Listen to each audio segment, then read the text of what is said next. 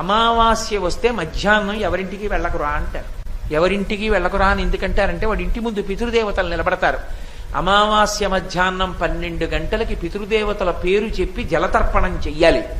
కనీసంలో కనీసం అలా చేయకపోతే స్వయం పాకమన్నా ఇవ్వాలి.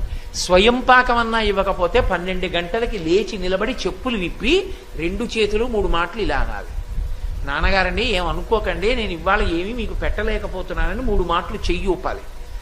అలా కూడా ఊపకపోతే పితృదేవతలు ఆగ్రహిస్తారు. దుర్మార్గుడు, నేను జన్మనిచ్చాను, అమావాస్య 12 అయింది, అయినా సరే నాకేం చేయడని. నాకు ఒక్కొక్కసారి ఆశ్చర్యంగా ఉంటుంది. నేను చెప్పిన మాటల్ని ఎంత గట్టిగా పట్టుకుంటుంటారంటే కొంతమంది, మా మోహన్ రావు గారు అమావాస్య వస్తే ఏ బ్రాహ్మణ కుటుంబం కన్నా నిష్ఠగా చేస్తారు పితృదేవత. 12 అయ్యే వరకు ఉండి బ్రాహ్మణుల్ని తీసుకొచ్చి స్వయం పాకం ఇచ్చి అప్పుడు భోజనం చేస్తాడు ఆయన. కాబట్టి అమావాస్య నాడు పితృతర్పణం చెయ్యాలి. ఆంధ్రదేశంలో అంటే సమస్త ఆచారములు లుప్తమైపోతున్నాయి, కానీ ఇప్పటికీ ద్రవిడ దేశంలో మహాళయపక్షం వస్తే ఏ దేవాలయానికి వెళ్ళరు.